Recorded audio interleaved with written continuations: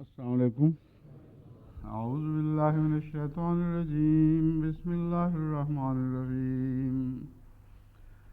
وماذا علیہم لو آمنوا باللہ والیوم الآخر وانفقوا مما رزقهم اللہ وکان اللہ بہم علیما. ان اللہ لا یظلم مثقال ذرہ وَإِن تَكُ حَسَنَةً يُضَاعِفْهَا وَيُؤْتِ مِن لَّدُنْهُ أَجْرًا عَظِيمًا. فَكَيْفَ إِذَا جِئْنَا مِن كُلِّ أُمَّةٍ بِشَهِيدٍ وَجِئْنَا بِكَ عَلَىٰ هَٰؤُلَاءِ شَهِيدًا. يومئذ يود الذين كفروا وعصوا الرسول لو تسوى بهم الأرض ولا يكتمون الله حديثا.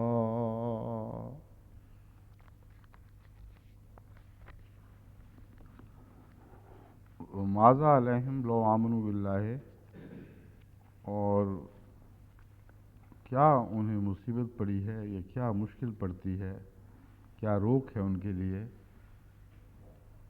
کہ انہوں نے وہ ایمان نہیں لائے. یہ یوں کہنا چاہیے وہ ماذا علیہم، آخر انہیں کیا ہو جاتا تھا کہ وہ ایمان لے آتے. لو آمنو کہ وہ ایمان لے آتے.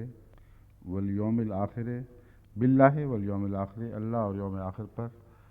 وانفقوا مما رزقہم اللہ، اور خرچ کرتے اس سے جو اللہ تعالیٰ نے رزق میں سے انہیں عطا فرمایا. وَكَانَ اللَّهُ بِهِمْ عَلِيمًا. اس کا تو ہم کل ساری گفتگو کر نہیں چکے، اس بات پر نہیں چکے پوری مکمل. اچھا محسن کے حوالے نہیں دیا تھا، ٹھیک ہے. رزقہ اللہ یرزق وصل الیہ رزق فہو یقال رزقہ اللہ الغنا. اقرب الموارد میں ہے کہ رزق پہنچایا، اس سے مراد دولت دینا بھی ہے، یعنی اللہ نے اسے دولت عطا فرمائی. اور رزق ہر وہ چیز ہے جس سے فائدہ اٹھایا جائے.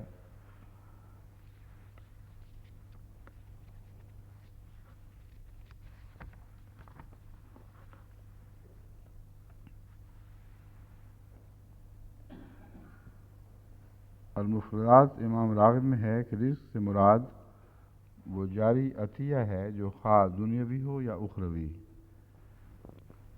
اسی طرح نصیب کو بھی رزق کہتے ہیں. وہ چیز جو کھائی جائے اور غذا کا حصہ بنے اسی بھی رزق کہتے ہیں. اور وہ چیز جو غذا کے طور پر جسم کا حصہ نہ بنے مگر ذہنی غذا ہو، یعنی علم، اسے بھی رزق کہتے ہیں. جیسے رزقت علما.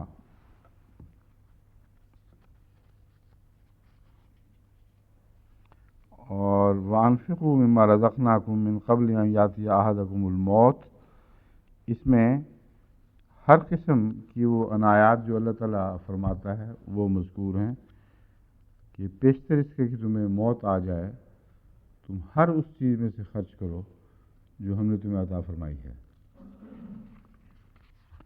اب یہ جو معنی ہے اس پہلو سے انسان کی کا جو احتساب کا مضمون ہے وہ اور بھی زیادہ پھیل جاتا ہے. اب دن تھوڑے رہ گئے ہیں احتساب کے رمضان میں اور مضمون پھیل گیا ہے. یعنی ہر وہ چیز جو خدا نے ہمیں عطا فرمائی ہے کیا ہم اس میں سے خرچ کرتے ہیں، کس طرح خرچ ہو سکتی ہے ہر وہ چیز. اس دائرے کو آپ پھیلائیں تو اہل و عیال کا دائرہ بھی سامنے آئے گا. کیا ہم اپنی بیویوں کو دینی کاموں پر آمادہ کرتے ہیں اور ان کو ترغیب دیتے ہیں کہ وہ کچھ نہ کچھ وقت دینی کاموں پر بھی خرچ کریں؟ کیا ہم نے اپنی اولاد میں سے کوئی وقت کیا ہے؟ مما کا مطلب یہ نہیں کہ سب کے سب، کچھ نہ کچھ، یا اولاد کو دینی خدمت پر آمادہ کرنے پر مستعد رہتے ہیں تاکہ جو کچھ خدا نے ہمیں اس پہلو سے رزق دیا ہے اس میں بھی ہم دین کا حصہ ڈال دیں.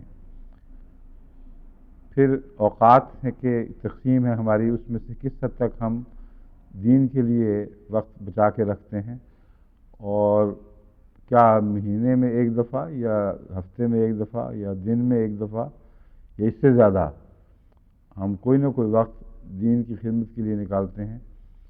اس میں جہاں تک عبادات کا حصہ ہے وہ تو روزانہ ہوتی ہی ہیں خدا کے فضل کے ساتھ، مگر دوسری صلاحیتیں عبادات کے علاوہ جن میں مال، جان، وقت، دماغ، علمی صلاحیتیں، یہ وہ صلاحیتیں ہیں جن کی میں بات کر رہا ہوں، ورنہ محض وقت کے لحاظ سے تو عبادت کے لیے روزانہ وقت نکلتا ہی ہے۔ تو یہ مضمون بہت پھیل جاتا ہے، یعنی محاسبہ بہت پھیل جاتا ہے، اور انسان کو غور کرتے رہنا چاہیے اس پہلو سے کہ وہ کون سی مجھے ایسی خدا نے چیز عطا فرمائی ہے جو میرے پاس پڑی ہے مگر میں نے کبھی اس میں سے خرچ نہیں کیا خدا کے لیے۔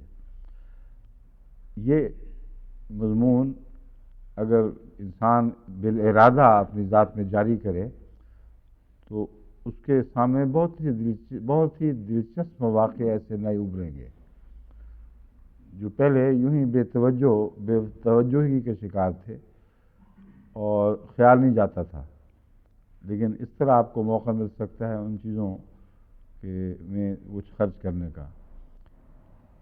مثلا ڈاکٹر ہے پروفیشنل، جبکہ اس کے پاس آتا ہے باقاعدہ پروفیشنلی، وہ اس میں پابند ہے اس کو دیکھ بھال کا، اس کے علاج کا، اور اس کے بدلے خواہ مریض سے پیسے ملیں یا حکومت سے ملیں وہ کچھ حاصل کرتا ہے۔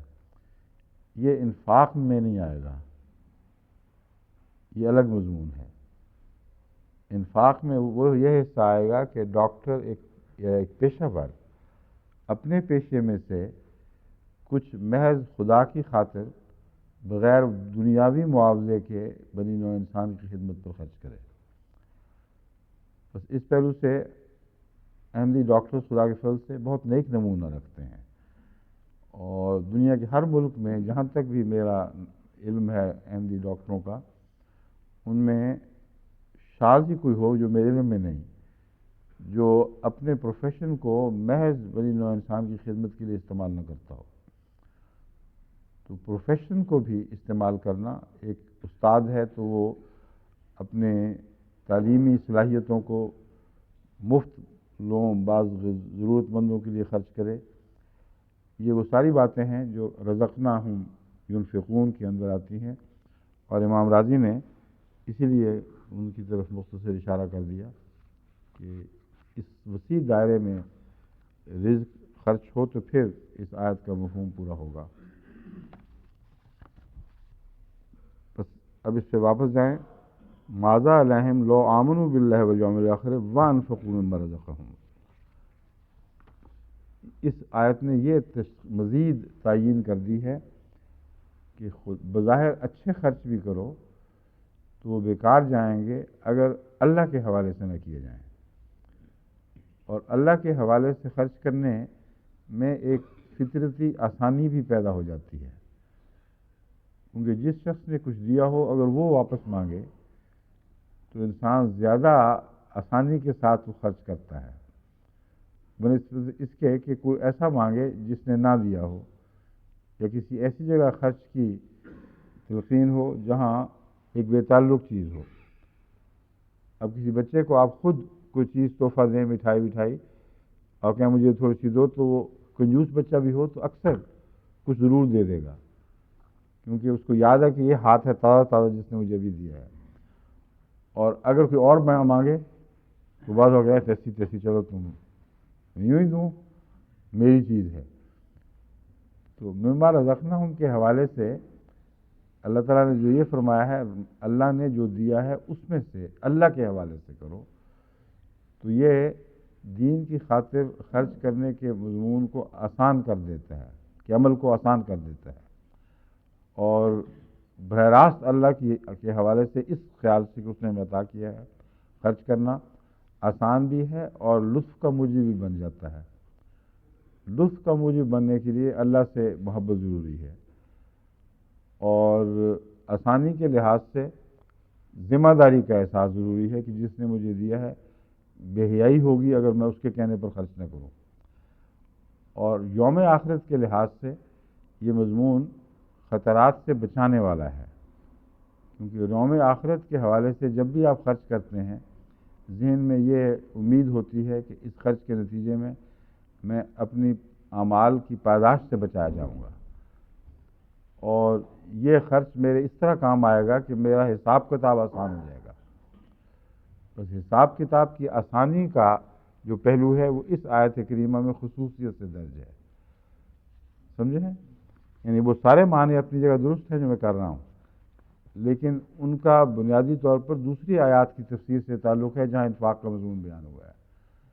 اس آیت میں خصوصیت کے ساتھ یوم آخرت کے حوالے سے ہماری جواب دہی کا مضمون ہے، اور یہ بتایا گیا ہے کہ دیکھو تم خدا کے لیے، خدا کی خاطر اس کے دیے ہوئے رزق میں سے اگر ایمان کے نتیجے میں خرچ کرو گے اور یوم آخرت کا بھی ایمان اس میں شامل ہوگا تو اس کے دو فوائد نمایاں طور پر تمہیں معلوم ہونے چاہیے.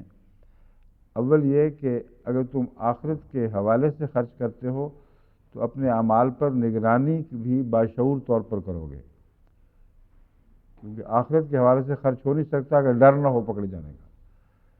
تو پکڑے جانے کا جو ڈر ہے وہ اسی دنیا میں تمہارے اعمال کو سنوارنا شروع کر دے گا. اور دوسرا، وہ کمزوریاں جو رہ جائیں گی تم پھر امید رکھ سکتے ہو کہ اس دنیا میں جو خرچ تھا خدا کی خاطر وہ آخرت میں ہمارے کام آ جائے گا، اور کوئی نیکی بھی ذرہ بھر بھی ہو وہ ضائع نہیں جائے گی. یہ ہے دراصل بنیادی معنی. باقی ساری بحثیں جو آگے چلی ہوئی ہیں ان میں مجھے کوئی چیز ایسی دکھائی نہیں دی جو آپ کے سامنے پیش کی جا سکے. ریا اور فخر کی خاطر خرچ کرنے والوں کو حال بیان ہوئے، وہ میں پہلے سب باتیں آپ کے سامنے بیان کر چکا ہوں. وَكَانَ اللَّهُ بِهِمْ عَلِيمًا میں پھر یہ ایک واضح طور پر یقین دہانی ہے، میں پہلے بھی ذکر کر چکا ہوں اس کا، کہ تمہارے جو اخراجات خدا کی خاطر ہوں گے اور یوم آخرت کے خاطر ہوں گے ان کے لیے تمہیں ہرگز کسی فکر کی ضرورت نہیں کہ کوئی چیزیں اللہ کے علم سے رہ جائیں. خدا تعالیٰ نے ایسا کامل نظام مقرر فرما رکھا ہے کہ ہر بات خدا کے علم میں ہے، اور ہر بات خواہ چھوٹی ہو خواہ بڑی وہ قیامت کے دن سامنے آنے والی بات ہے. تو یہ وہ کھاتا ہے جس میں تمہیں دوبارہ چیک کرنے کی ضرورت نہیں کہ ریکارڈنگ ٹھیک ہوئی ہے کہ نہیں. ہر چیز چھوٹی سے چھوٹی اس قانون قدرت کے تابع مندرج ہو رہی ہے، کہیں لکھی جا رہی ہے. اور علیمہ کا یہ معنی ہے اللہ تعالیٰ کے علم میں ہے مستقلاً. اس کے بعد کی آیت ہے سورہ نساء آیت 41، ان اللہ لا یظلم مثقال ذرۃ. اب یہ دیکھیں کیسا اس مضمون کے ساتھ براہ راست اس کا تعلق بن جاتا ہے. کسی شان نزول کی ہرگز ضرورت نہیں، کیونکہ اگر یہ بات درست ہے کہ جو کچھ ہم خدا اور یوم آخرت کی خاطر خرچ کریں گے وہ ہمارے کام آئے گا، تو پھر یہ وہم کہ شاید کوئی چھوٹی سی چیز نظر سے اوجھل رہ جائے، یہ وہم دور ہونا چاہیے. اور اگلی آیت اسی وہم کو دور فرما رہی ہے، ان اللہ لا یظلم مثقال ذرۃ. اللہ تعالیٰ ایک ذرہ برابر بھی ظلم نہیں کرتا. اور یہاں ظلم کے معنی جیسا کہ آگے میں بیان کروں گا حوالوں سے، اس میں اندھیرے بھی ہیں، نظر انداز ہونے کے بھی ہیں. کوئی چیز جو نوٹس میں آنی چاہیے تھی وہ نوٹس میں نہیں آ سکی، کوئی چیز جس کی داد ملنی چاہیے تھی وہ داد نہیں دی گئی. یہ سارے ظلم کی قسمیں، یہ ساری ظلم کی قسمیں ہیں. چنانچہ پھر فرمایا وَإِن تَكُ حَسَنَةً يُضَاعِفْهَا. ہاں ایک اور بات بھی ہے کہ اگر چھوٹا سا ذرہ بدی کا ہو وہ بھی نظر انداز نہیں ہوگا خدا تعالیٰ کے، اس لیے نگرانی کی بڑی ضرورت ہے. لیکن چھوٹا سا ذرہ نیکی کا بھی نظر انداز نہیں ہوگا اگر تمہیں وہم ہے کہ وہ نیکی ضائع ہو جائے گی. آئندہ اس کے بعد ایک دوسرا احسان کا مضمون شروع ہو گیا ہے. جہاں تک نیکی کا تعلق ہے ان تک وہ حسنۃ یضاعفھا، وہ جو اللہ تعالیٰ کا بینک ہے اگلی دنیا کے لیے، اس میں نیکیاں بڑھتی رہیں گی اور بدیاں نہیں بڑھیں گی۔ بدیاں زیر نظر تو آئیں گی، یہ خیال کہ بدیاں نظر انداز ہو جائیں گی، یہ بالکل جھوٹ ہے۔ وہ تمام کی تمام بدیوں کی تفصیل محفوظ ہے اور قیامت کے دن کھاتے میں داخل ہوگی، لیکن اس فرق کے ساتھ کہ بدیاں تو بینے ہی اتنی ہی رہیں گی جیسی تھیں، اور نیکیاں بڑھتی رہیں گی اس عرصے میں، اور یضاعفہ ان نیکیوں کو بڑھاتا رہے گا دو طریق پر۔ ایک تو یہ کہ قانون ہے کہ جب تم کسی کے پاس چیز جمع کراتے ہو، اگر وہ محسن ہے تو وہ اس عرصے کے لیے، جس عرصے کے لیے تمہارے تصرف سے نکل کر اس کھاتے میں جا چکی ہے، اس کا کچھ منافع دیتا رہتا ہے۔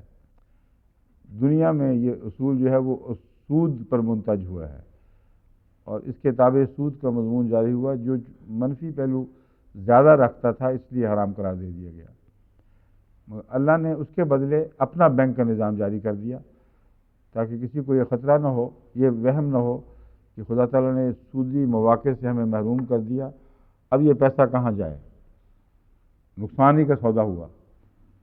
اللہ تعالیٰ فرماتا ہے اس سے بہت بہتر ایک نظام ہے جو میری راہ میں خرچ کرنے کا نظام ہے، اس میں چھوٹی سی چھوٹی نیکی بھی جو تم سے جاری ہو، وہ نیکی ایسے کھاتے میں جمع ہو گئی ہے جو وقت کے ساتھ ساتھ اس نیکی کو بڑھاتا چلا جائے گا، اور وہ جو ایکومولیشن کا نظام ہے، ویلتھ ایکومولیٹ ہو رہی ہے ویلتھ کے ایک ذرے کے گرد، وہ اتنا عظیم ہے کہ دنیا کے جو سودے ہیں ان کے مقابلے پر بالکل حقیر اور بےمانی ہو جاتے ہیں۔ لیکن صرف یہی نہیں، وَيُؤْتِ مِن لَدُنْهُ أَجْرًا عَظِيمًا، بڑھائے گا ایک قانون کے تابع، مگر وہاں اس پر اکتفا نہیں کرے گا، پھر وہ کھاتا کھلا ہو کھل جائے گا جس کا کوئی شمار ہی نہیں، جس کی حد و حساب ہی نہیں ہے، پھر وہ اپنی طرف سے بھی مزید اس میں تحفے ڈالے گا، اپنے حصے ڈالے گا۔ یہ جو مضمون ہے یہ آئندہ دنیا کے جزا کو لامتناہی بنانے کا جواز بتا رہا ہے، ورنہ جتنا عمل ہو، جیسا کہ ہندو فلسفہ ہے، اتنی ہی جزا ہونی چاہیے، مگر قرآن کریم نے اتنی ہی جزا کا مضمون انصاف کے تقاضوں کے تابع محض بدی تک محدود رکھا ہے۔ جہاں تک نیکی کا تعلق ہے، اتنی ہی جزا دینا یہ کوئی احسان، یہ کوئی انصاف نہیں ہے، بلکہ نیکی پر احسان کا مضمون صادق آتا ہے، کیونکہ نیکی میں احسان کا معنی پایا جاتا ہے، نیکی میں کسی کی خاطر کچھ کرنا۔ جب یہ شروع ہو جائے تو پھر میں نے ہی اتنا دے دینا، یہ تو بدخلقی ہے، تو اللہ تعالیٰ سے تو کسی بدخلقی کی توقع نہیں کی جا سکتی۔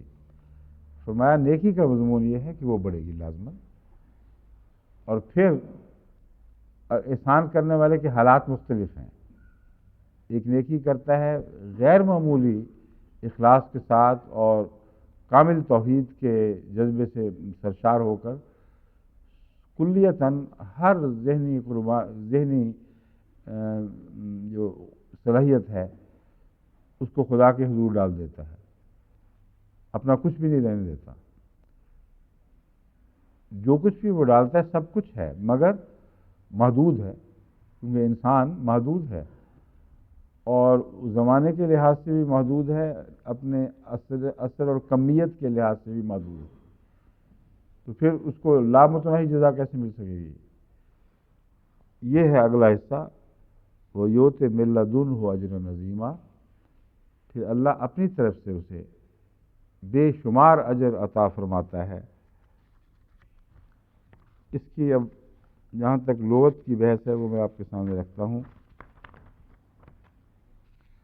ثقل یثقل ثقلا، یہ خفا کی ضد ہے، یعنی ہلکا کیا، کوئی چیز ہلکی ہو گئی، اس کے مقابل پر بھاری ہو گئی، تو بوجھ اور وزن اور بھاری پن یہ تینوں معنی مثقال کے اندر استعمال ہوتے ہیں۔ نا ثقل ثقل لفظ کے اندر استعمال ہوتے ہیں. مثقال اس کا ناپنے کا پیمانہ ہے. بس ترازو کو مثقال کہتے ہیں، اور وزن کے لحاظ سے برابری ہو تو بھی مثقال کا لفظ استعمال ہوگا کہ یہ اس کے برابر ہے. قرآن کریم نے لفظ ثقلت اور ثقلہ کو مختلف مواقع پر مختلف معنی پر اطلاق کرتا ہوا استعمال فرمایا ہے. اور یہ آیات جو ہیں یہ ایسی گھڑیوں پر بھی استعمال ہوئی ہیں جو انسان پر بہت بوجھل ہوں گی، یا زمین و آسمان پر بہت بوجھل ہوں گی. یعنی ایسے سے سخت وقت جن کی برداشت کی طاقت نہ ہو، اس کے لیے بھی لفظ ثقلہ استعمال فرمایا گیا ہے. مفردات میں ہے بھاری اور ہلکا متضاد ہیں. ہر وہ چیز جسے وزن کا اندازہ کیا جاتا ہے اسے ثقیل کہتے ہیں. ثقیل کا لفظ اجسام اور معنی دونوں پر برابر استعمال ہوا ہے. جیسے اثقلہ الغرم والوزر، یعنی اس کو توان اور قصور نے بوجھل کر دیا.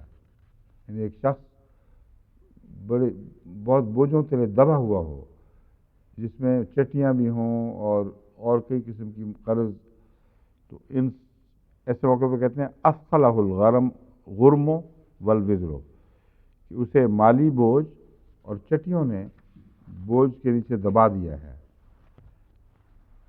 اور ثقیل کا لفظ انسان کے لیے کبھی تو مذمت کے لیے استعمال ہوتا ہے، اور یوں اکثر تعارف کے وقت استعمال کرتے ہیں، اور کبھی مدح کے لیے بھی.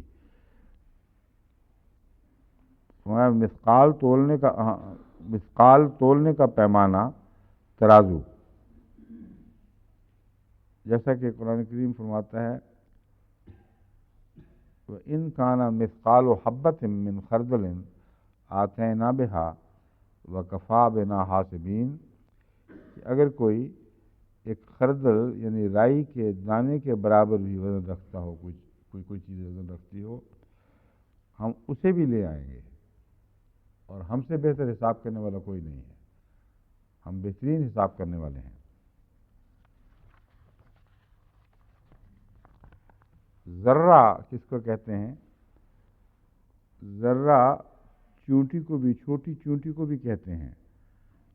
اور ذرہ ہر اس چھوٹے سے وجود کو کہتے ہیں جو اتنا چھوٹا ہو کہ ہوا کے مقابل پر ہلکا ہو جائے، اور ہوا اسے اٹھائے پھرے، اور وہ زمین پہ از خود اپنے بوجھ کی وجہ سے نیچے نہ گر سکے.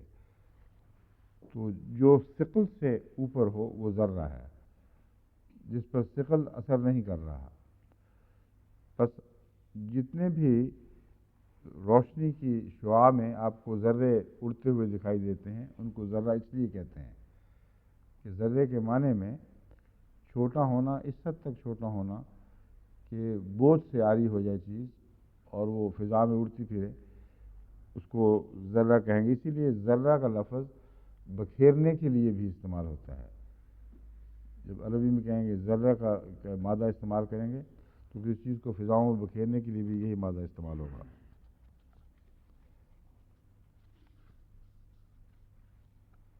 لسان العرب نے لکھا ہے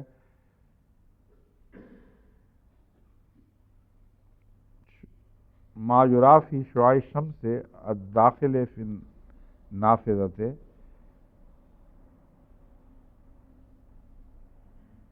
وہ بھی اسی ذرے کے مضمون میں داخل ہے جو شعاع میں اڑتا پھرتا دکھائی دیتا ہے. حضرت خلیفۃ المسیح اول نے چونٹی کے معنوں کے لحاظ سے ایک دلچسپ بات یہ بھی فرمائی ہے کہ جس چونٹی کو ذرہ کہا جاتا ہے اس کے سر کو مثقال کہتے ہیں. تو مثقال ذرۃ کا ایک یہ بھی دلچسپ معنی بنتا ہے کہ ایک چونٹی کے سر کے برابر. اور وہ چونٹی جو مثقال جو ذرہ کہلاتی ہے وہ لال رنگ کی چھوٹی چھوٹی چونٹیاں ہوتی ہیں، اور جن کو تجربہ ہو ان سے کاٹے جانے کا ان کو پتہ ہے کہ وہ بڑی خبیث چیزیں ہیں. مگر شروع میں نظر ہی نہیں آتی ہیں. آپ سیر پہ کہیں جائیں، شکار وغیرہ پہ کئی دفعہ ہمیں موقع ملتا ہے، آرام سے خالی جگہ دیکھ کے بیٹھ گئے، تھوڑی دیر کے بعد جب وہ کاٹنے لگتی ہیں پھر پتہ چلتا ہے کہ یہ کیا چیز ہے. تو سرخ چھوٹی، بہت ہی چھوٹی چونٹیاں ہوتی ہیں. ان کا سر تقریباً نہ دکھائی دینے والا ہے لیکن محسوس ہونے والا سر ہے. جو پنجہ مارتی ہے تو اس کو آپ اکھیڑ کے دیکھیں، اس کا سر جدا ہو جائے گا مگر وہ اس کا جو پکڑ ہے نا، اس کی وائس وہ نہیں چھوٹتی. نوچ نوچ کے آپ ان کو پھینکتی جائیں، ان کو چھوٹا چھوٹا سر ساتھ لگا رہے گا، اس کو رگڑ کے پھر الگ کرنا پڑتا ہے. تو حضرت خلیفہ مسیح اول فرماتے ہیں کہ یہ بھی مراد ہو سکتی ہے کہ وہ سرخ چونٹی جس کا چھوٹا سا سر ہوتا ہے اور اسے مثقال کہتے ہیں.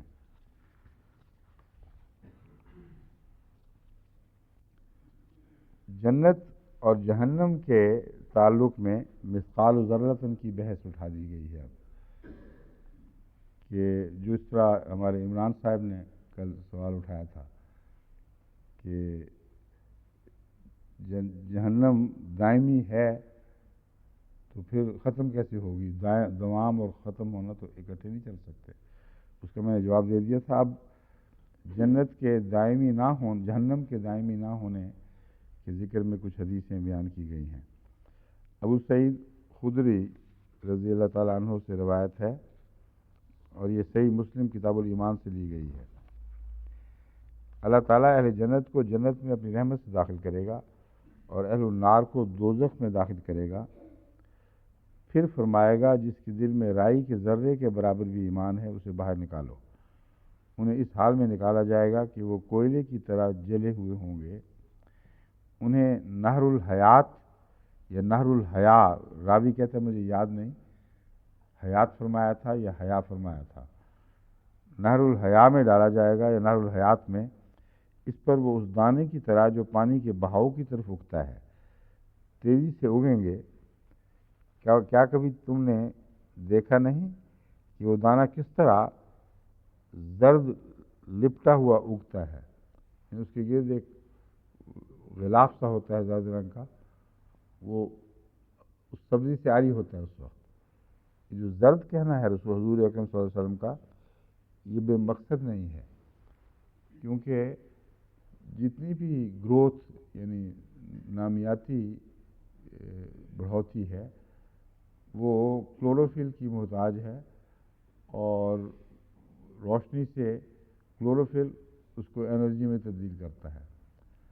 لیکن جو شروع میں کونپل نکلتی ہے وہ زرد رنگ کی ہوتی ہے.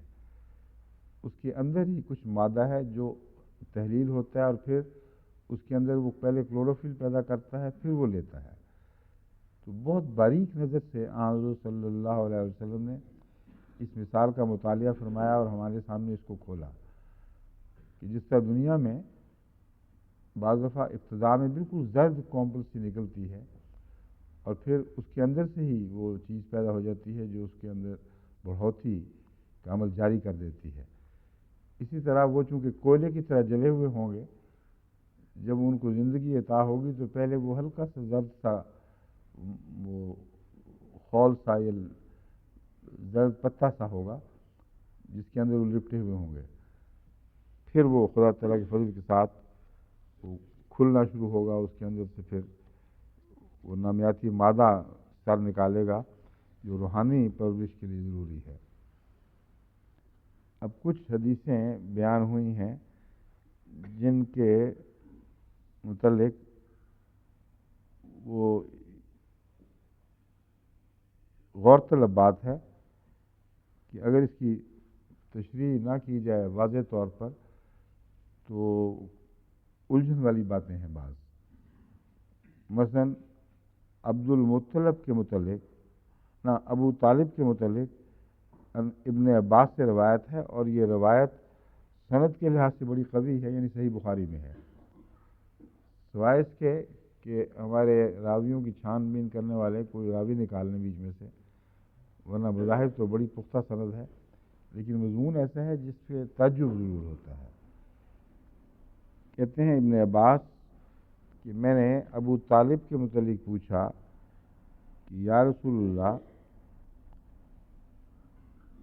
انہو کانا یہوتوں کا و یغضب لکا کہ وہ آپ کو فائدہ پہنچایا کرتے تھے اور آپ کی خاطر دوسروں پر غضبناک ہوا کرتے تھے. یہودوں کا مطلب ان کو گھیر لیتے تھے، حفاظت کرتے تھے.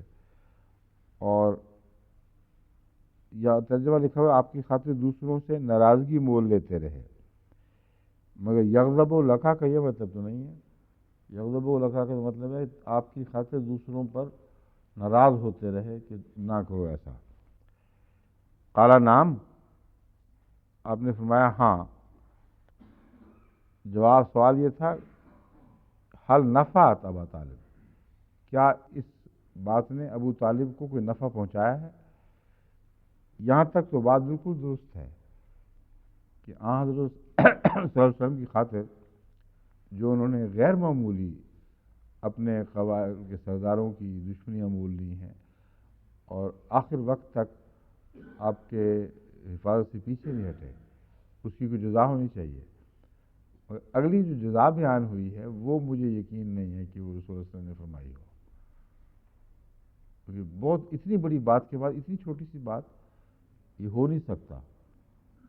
اور جہاں تک ان کے مشرک ہونے کا تعلق ہے اس کے متعلق ہمارے پاس کوئی روایت ایسی نہیں، کوئی سند نہیں کہ ابو طالب واقعتاً بت پرست تھے.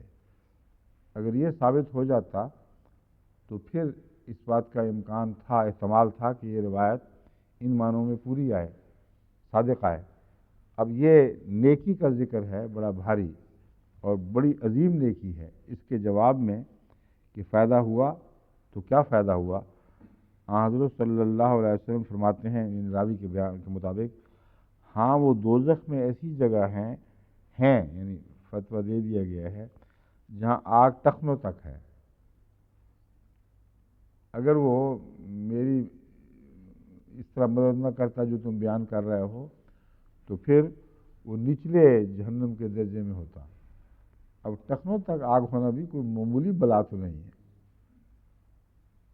اس لیے یہ جواب عجیب سا ہے جو میرے دل کو بالکل نہیں لگتا کہ اتنا بڑا ایک نیکی کا مقام ہے محمد رسول اللہ کی حفاظت کرنا اور سب کی ناراضگی مول لے کر، اور پھر ذاتی شرک ثابت نہ ہو.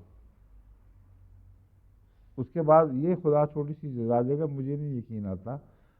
یعنی یقین اس لیے نہیں آتا کہ مجھے یقین ہے کہ حدیث درست ہی نہیں ہے، ورنہ اگر درست ہے تو پھر میرے یقین کی کوئی بحث نہیں رہتی.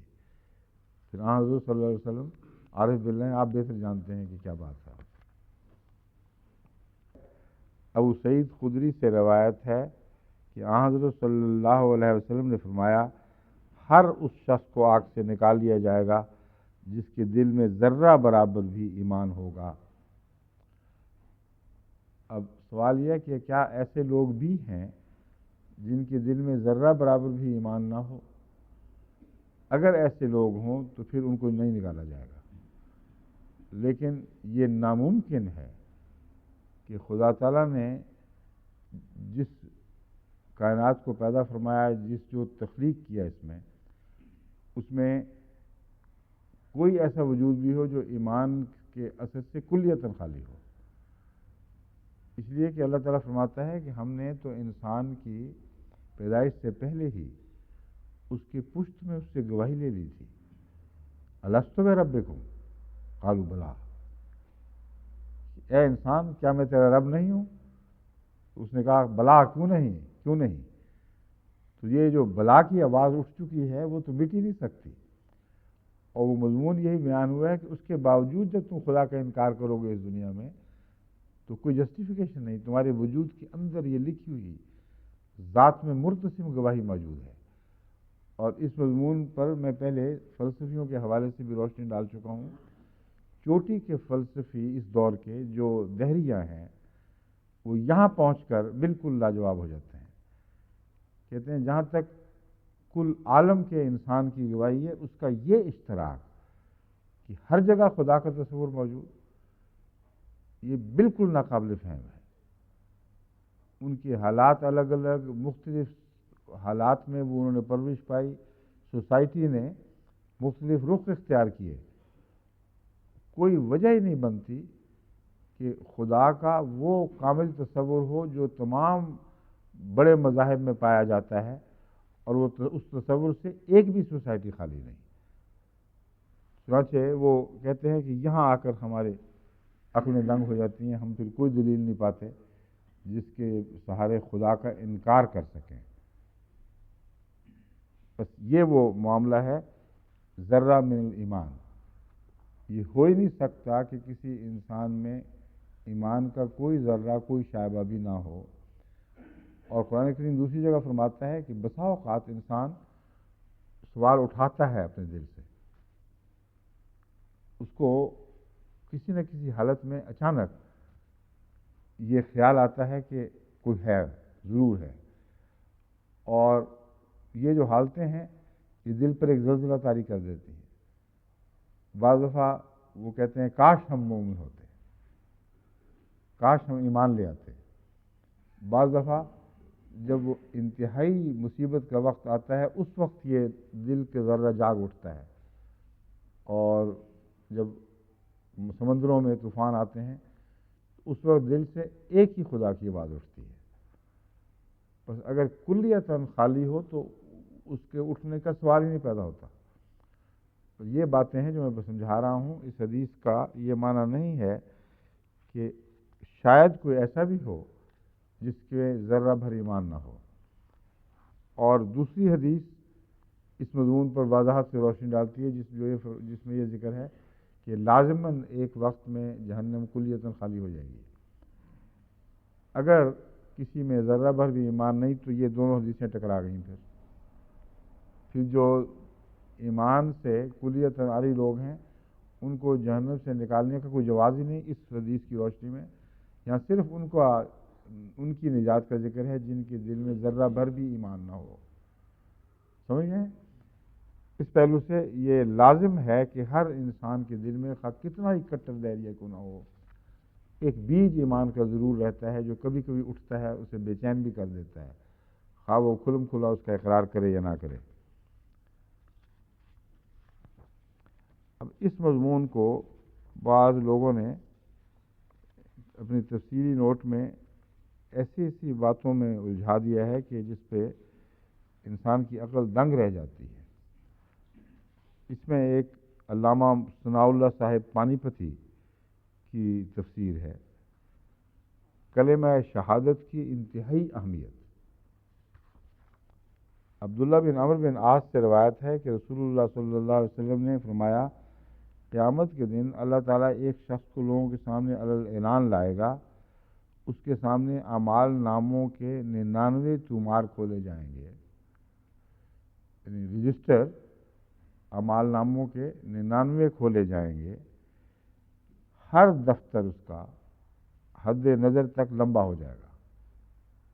لمبا جب کھولے جائیں گے تو جہاں تک انسانی نظر کام کرتی ہے وہ کاغذوں کے انبار میں پھیلتے چلے جائیں گے، حد نگاہ تک وہی دکھائی دے گا کاغذوں میں سے ہر ایک جس پہ اس کے سارے اعمال لکھے ہوئے ہیں۔ پھر اللہ تعالیٰ فرمائے گا کیا تو اس سے ذرا بھی انکار کرتا ہے؟ انکار کرتا ہے کہ یہ باتیں تو نہیں کہی تھیں اور یہ سب تیرے اعمال نامے ہیں؟ کیا میرے نگران کاتبوں نے تیری کوئی حق تلفی کی ہے؟ بندہ عرض کرے گا اے میرے رب ہرگز نہیں۔ وہ فرمائے گا کیا گناہ کرنے کا تیرے پاس کوئی عذر ہے یا تیری کوئی نیکی ہے جسے تو بجا لایا ہو؟ وہ آدمی حیران و ششدر رہ جائے گا کہ کوئی نہیں، نہ کوئی جواز، نہ ایک ذرہ بھر نیکی کبھی ساری عمر مجھ سے سرزد ہوئی۔ اللہ تعالیٰ فرمائے گا کیوں نہیں؟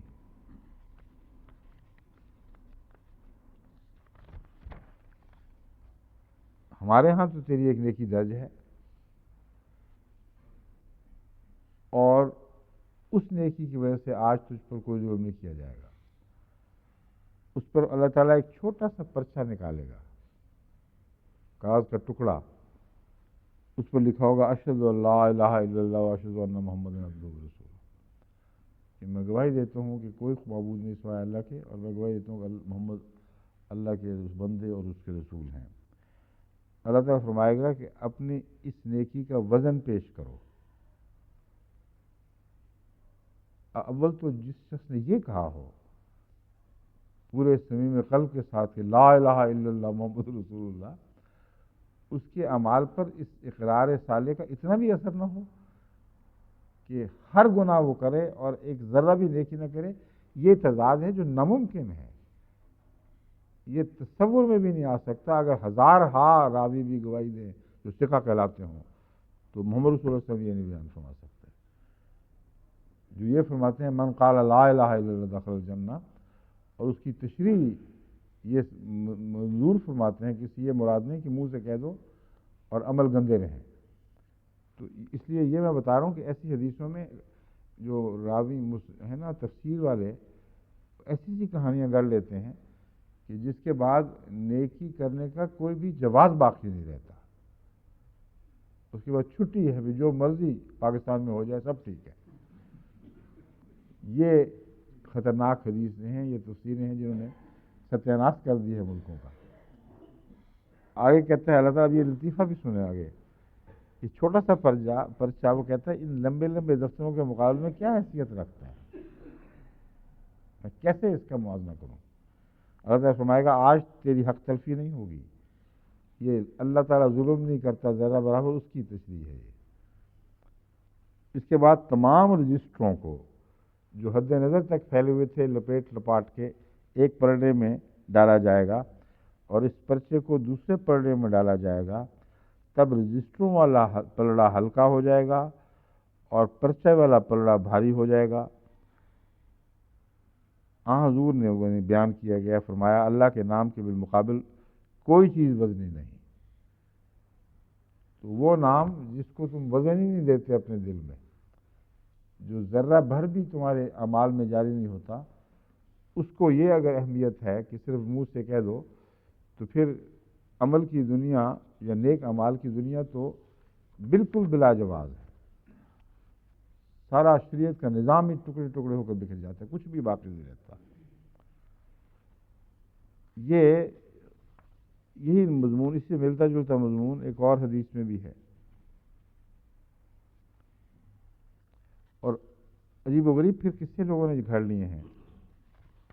اس میں علامہ محمد ثناء اللہ صاحب پانی پتی پہلے کون سے تھے؟ پہلے بھی یہی تھے، ان کا دماغ بڑا چلتا ہے بس۔ یہ فرماتے ہیں، اور ہمارے جو علماء نے جو لکھا وہ مجھے سمجھانے کی خاطر یوں ہی نہ انکار کر بیٹھنا۔ وہ کہتے ہیں مذکورہ باروایت تفسیر جامع البیان المعروف تفسیر الطبری جز 5 صفحہ 99 پر بھی درج ہے، اس لیے ہوش کر کے وار کرنا ضروری ہے۔ حضرت ابو سعید خدری کی طرف بڑی باتیں منسوخ ہو گئی ہیں بیچاروں کی طرف۔ رسول صلی اللہ علیہ وسلم نے فرمایا جب مومن دوزخ سے نجات پا لیں گے، جب مومن دوزخ سے نجات پا لیں گے اور امن میں ہوں گے، تو اپنے ان بھائیوں کے متعلق جو دوزخ میں داخل کر دیے گئے ہوں گے اپنے رب سے اتنا شدید جھگڑا کریں گے کہ تو تکار ہو جائے گی وہاں۔ ایک ایسا جھگڑا تم میں سے کوئی اپنے حق سے متعلق دنیا میں کسی سے بھی نہیں کرتا۔ یہ تو تکار کا لفظ بڑا نرم لفظ ہے۔ وہ کیا کہیں گے؟ اے ہمارے رب، ہمارے بھائی ہیں، ہمارے ساتھ نمازیں پڑھتے تھے، روزے رکھتے تھے، حج کرتے تھے، اس لیے ہم نہیں برداشت کر سکتے کہ ان کو تو جہنم میں ڈال دے۔ وہ رب جو کہتا ہے میں ایک ذرہ بھر بھی ظلم نہیں کرتا، اس پر ظلم کا سب سے بڑا الزام لگانے والے یہ جنتی ہوں گے۔ اس کی تشریح ہو رہی، سوچے ذرا۔ اور ایسا جھگڑا چلے گا وہاں کہ جنت میں جہاں اللہ تعالیٰ فرماتا ہے کہ سوائے سلام کے کوئی قول ہی نہیں ہوگا، کوئی اختلاف کی بات نہیں ہوگی، کوئی لغویات نہیں وہاں سنائی دیں گی۔ اس جنت کا نقشہ یہ مفسرین یہ کھینچ رہے ہیں کہ جہنم سے نکلتی پہلا احسان کا بدلہ یہ اتاریں گے کہ اللہ سے جھگڑ جھگڑ کے ستیہ ناش کر لیں گے اپنا۔ اور دلیل دیکھیں کیسی زبردست دے رہے ہیں، ہم نے خود دیکھا، ہمارے ساتھ نماز پڑھتے تھے، روزے رکھتے تھے، حج کرتے تھے۔ اللہ تعالیٰ فرمائے گا اچھا چلو چھوڑو میرا پیچھا، جاؤ جسے پہچانتے ہو دوزخ میں سے نکال لو۔ وہ قرآن جو یہ فرماتا ہے کہ لا یسمعون، حسیسہ حوالی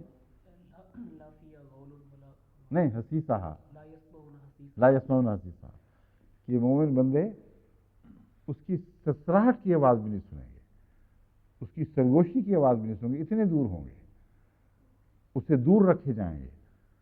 جنت میں آ کر پھر نکلنا بھی ناممکن ہے، تو تمام قرآن اور احادیث اس پہ نفی کرتے ہیں۔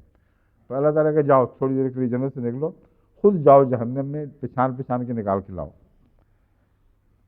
چنانچہ وہ شوق سے پھر جائیں گے وہاں، وہ ان کے پاس جائیں گے، انہیں ان کے چہروں سے شناخت کریں گے، یعنی جہنمیوں کے چہروں سے، کیونکہ آگ نے ان کے چہروں کو جلایا نہ ہوگا۔ اور قرآن کریم فرماتا ہے کہ جہنم میں ساروں کے چہرے، ہر جہنمی کے چہرہ ایسا جھلسا جائے گا کہ وہ ناقابل یہ تصور مضمون ہے جو قرآن کریم اس کو پیش کرتا ہے۔ ہم فیہا کالے ہوں، اس میں بھونے ہوئے کالے سیاہ ہوئے جلے ہوئے چہرے ہوں گے۔ تو یہ کہتے ہیں ان کے چہروں کو آگ نہیں چھوئے گی۔ ہاں کسی کو آگ نے نصف پنڈلیوں تک جلایا ہوگا، کسی کو ٹخنوں تک، اور یہ ان کو نکال لیں گے۔ اب اس کو اس سے ساتھ ملا کے پڑھیں کہ ابو طالب ٹخنوں تک والے آگ میں شامل ہیں، تو وہ بھی نکل ہی آئے نا پھر کم سے کم آخر اس میں۔ یہ ان کو نکال لیں گے اور کہیں گے اے ہمارے رب، جن کو نکالنے کا تو نے حکم دیا تھا، ہم نے نکال دیا ہے۔ پھر اللہ تعالیٰ فرمائے گا کہ ان کو بھی نکال لو جن کے دل میں دینار برابر بھی ایمان ہے۔ پھر وہ بیچارے تلاش شروع کر دیں گے جہنم میں، پھر انہیں بھی جن کے دلوں میں نصف، پھر فرمائے گا جن کے دلوں میں نصف دینار کے برابر ایمان ہے۔ آخر خدا تعالیٰ فرمائے گا اچھا چلو انہیں بھی نکالو جن کے دل میں ذرہ بر بھی ایمان ہے۔ تو عمران تو کہتا ہے دیر کے بعد جہنم خالی ہونا بھی بڑا مشکل سمجھ آ رہا ہے، یہ تو ابھی جنت کا آغاز ہی ہوا ہے تو جہنم خالی ہوگی۔ یہ ہماری تفسیروں میں یہ کہانیاں راپ آ گئی ہیں، اور مولویوں کو ان پر اعتراض کوئی نہیں، اور جہاں سراسر قرآن اور حدیث کی منافی باتیں ہو رہی ہیں، جو خدا تعالیٰ کی عزت پر حرف لانے والی باتیں ہیں، اور آن حضرت صلی اللہ علیہ وسلم کی گستاخی ہے اس قسم کی باتیں کرنا، یہ ان کو قبول ہے۔ اور حضرت مسیح صلی اللہ علیہ وسلم کی اور حضرت مسلم موعود کی تفاسیر، جو تفاسیر کی دنیا میں ایک امتیازی شان رکھتی ہیں، خصوصاً حضرت مسیح علیہ السلام کی تفاسیر تو وہ لگتا ہے اللہ کے نور کے قلم سے لکھی گئی تفسیریں ہیں، ان پر یہ اعتراض کرتے ہیں۔ ان اللہ لا یظلم مثقال ذرۃ کے ضمن میں امام راضی فرماتے ہیں صرف یہ یاد رکھو کہ مراد یہ نہیں ہے کہ تھوڑا ظلم نہیں کرتا، مراد ہے نہ تھوڑا کرتا ہے نہ زیادہ کرتا ہے، ذرہ بھی کا معنی ہے نہ کہ ذرہ۔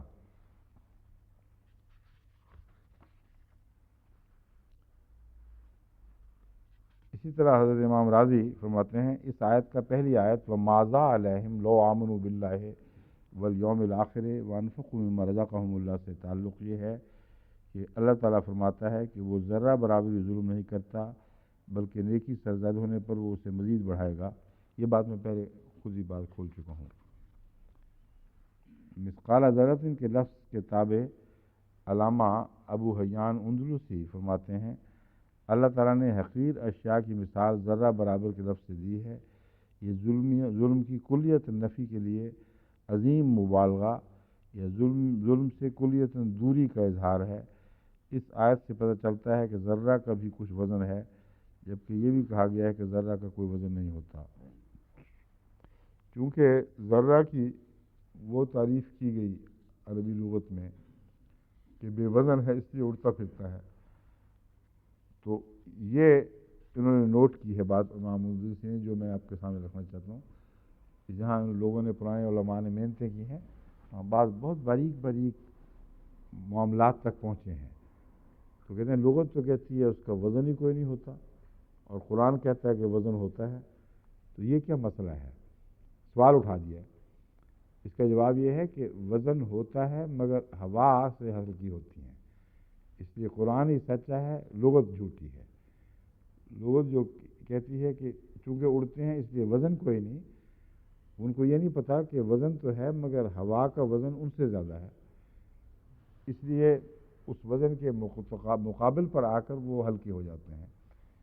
تو قرآن کا بیان وزن کہنا ذرے کو، جبکہ ذرہ کا اربوں میں تصور ہے ہی بے وزنی کا، یہ قرآن کریم کی سچائی کی دلیل ہے۔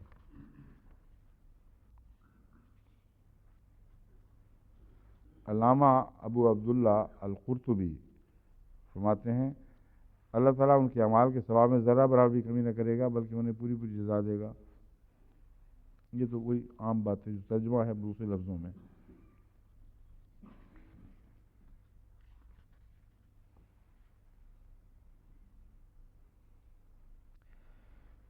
یہ جو ہمارے ثناء اللہ پانی پتی صاحب ہیں، انہوں نے ایک اور نقطہ نکالا ہے اس میں سے۔ وہ کہتے ہیں اس میں اشارہ یہ ہے کہ اللہ تعالیٰ نے کافروں کے لیے جو عذاب مہین تیار کیا ہے وہ سراسر انصاف ہے، بلکہ ان کو عذاب نہ دے گا تو یہ ظلم ہوگا۔ یہ ایک دلچسپ بات ہے، اس پہ کوئی اختلاف کا سوال نہیں پیدا ہوتا۔ جہاں کوئی سزاوار ہو کسی سزا کا، بے وجہ اس سزا کو اس سے ٹال دینا، اس کو انہوں نے ظلم قرار دیا ہے، حالانکہ اس کو رحم اور احسان کے تابع بھی بیان کیا جا سکتا تھا۔ عدل کے خلاف بات تب ہو کہ خدا مالک نہ ہو، اس لیے اگرچہ بظاہر یہ حکمت کی بات ہے مگر یہ مضمون عیسائی عقیدے سے تعلق رکھتا ہے، مسلمان عقیدے سے تعلق نہیں رکھتا۔ عیسائیوں نے یہی اعتراض اٹھایا ہے کہ اگر کسی گناہ گار کو معاف کر دیا جائے تو یہ خدا تعالیٰ کے کامل تصور عدل سے منافی بات ہے، اور خدا تعالیٰ عادل ہے، اس لیے اسلامی نظریہ کہ اللہ تعالیٰ بغیر کفارے کے کسی کو بخش سکتا ہے یہ غلط ہے۔ یہ لا علمی میں اس کی تائید کر گئے ہیں، اگرچہ اندرونی طور پر اس کی ایک دلیل موجود ہے کہ جو جرم کرتا ہے اس کو جرم سزا نہ دینا بھی ایک ظلم ہے، مگر اس حد تک ہی صرف یہ درست ہے بات منطقی طور پر بظاہر، لیکن حقیقت کے لحاظ سے بالکل غلط ہے، کیونکہ اگر جج ایسا کرے تو ظلم ہوگا، اگر مالک ایسا کرے تو ظلم نہیں ہوگا۔ اس لیے بسا اوقات جو حوالے دیے جاتے ہیں خدا تعالیٰ اتنا معاف کرتا ہے تم بھی فلاں اتنا معاف کر دو، وہ لوگ سمجھتے نہیں کہ ہم تو نوکر ہیں، ہم تو قانون کے تابع ہیں، جہاں قانون ہمیں اجازت نہیں دیتا معاف کرنے کی، وہاں اگر ہم معاف نہ کریں، اگر ہم وہاں معاف کر دیں تو ظلم ہوگا۔ بس خدا کے حوالے میں یہ منطق نہیں چلتی۔ حضرت مسیح موعود علیہ السلام نے فرمایا ہے کہ مالک یوم الدین فرمایا ہے، اور لفظ مالک کے حوالے سے آپ نے تمام عیسائی دلائل کو پارا پارا کر دیا۔ آپ نے فرمایا دیکھو سورہ فاتحہ نے خدا کو ان معنوں میں عادل پیش نہیں کیا جیسے کوئی منصف کسی حکومت کے تابع، کسی بالا قانون کے تابع اپنے فرائض سر انجام دیتا ہے۔ تم نے خدا کو کس کے تابع کر لیا ہے کہ وہ ہر گناہ گار کو سزا دینے کا گویا پابند ہو گیا ہے، اس کا قانون بالا ہے کیونکہ وہ مالک ہے، اور مالک معاف کرنے کا حق رکھتا ہے نہ کہ منصف۔ اسی پہلو سے جو انگلستان کے معاشرے میں یہ بحثیں اٹھتی ہیں کہ قتل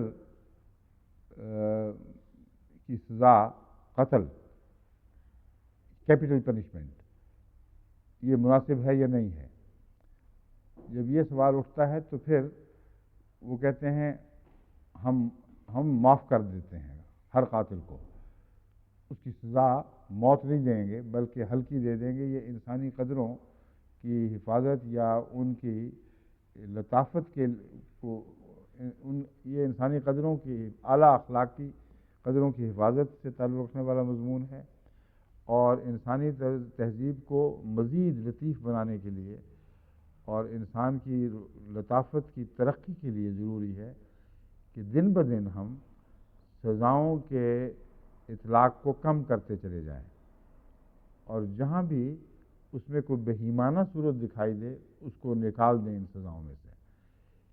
اس عذر کے ساتھ وہ یہ اعلان کرتے ہیں کہ معاف کر دیے جائے۔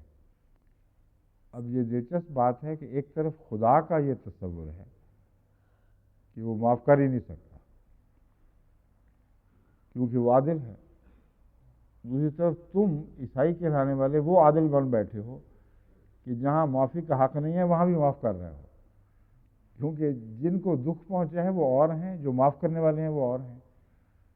معاف صرف وہی کر سکتا ہے جو مالک ہو۔ یہ مضمون دنیا میں بھی اس حد تک ضرور صادق آتا ہے کہ اگر کسی کا قریبی مارا جائے تو سب سے زیادہ دکھ اس کو ہے، اس لیے چوتھی جگہ بیٹھا جج کہاں سے معاف کرتا پھرے گا اس کا حق کیا ہے، یا معاشرے کا کیا حق ہے؟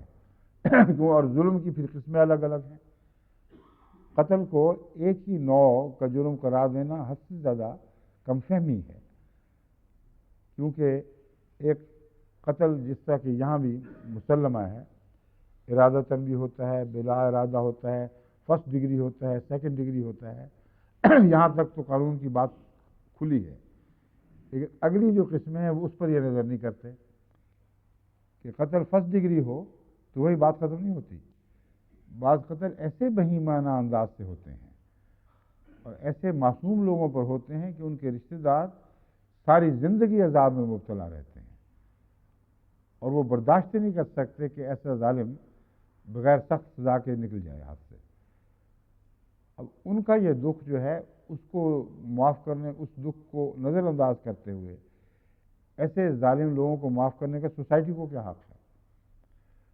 بس قرآن کریم کی تعلیم کا کمال یہ ہے کہ انصاف کو انصاف کی جگہ رکھتی ہے اور مالکیت کے حقوق کو مالکیت کی جگہ رکھتی ہے، اور یہاں تعلیم یہ ہے کہ قتل کیا جائے گا اگر قاتل ہے، سوائے اس کے کہ اس کا قریب ترین جو ولی ہے اس کا وہ کچھ معاوضہ لے کر یا کسی اور مصلحت کے پیش نظر قتل کی سزا معاف کر دے۔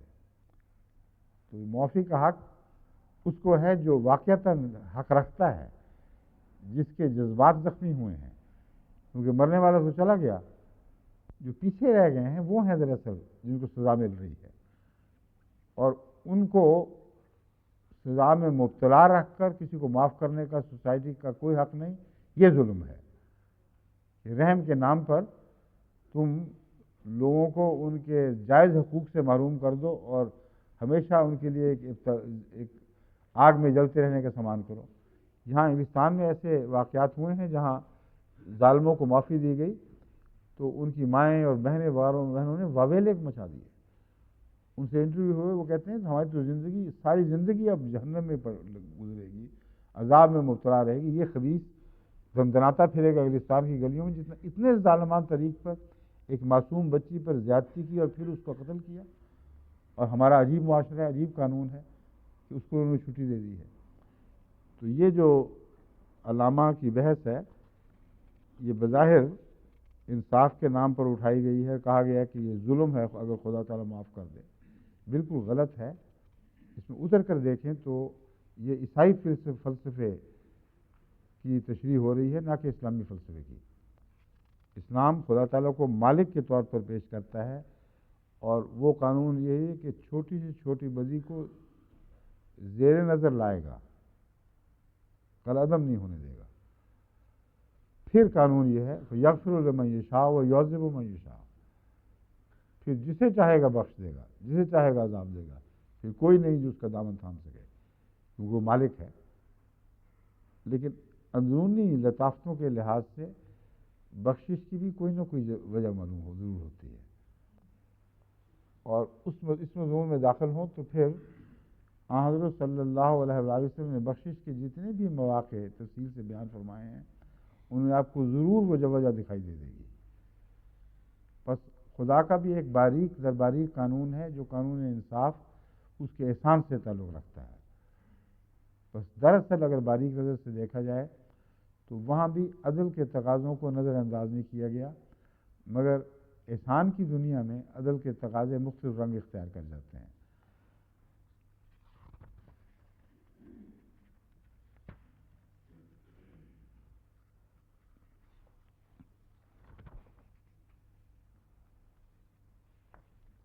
جہاں حضرت مسلم موعود کا ایک نوٹ اس میں شامل ہے،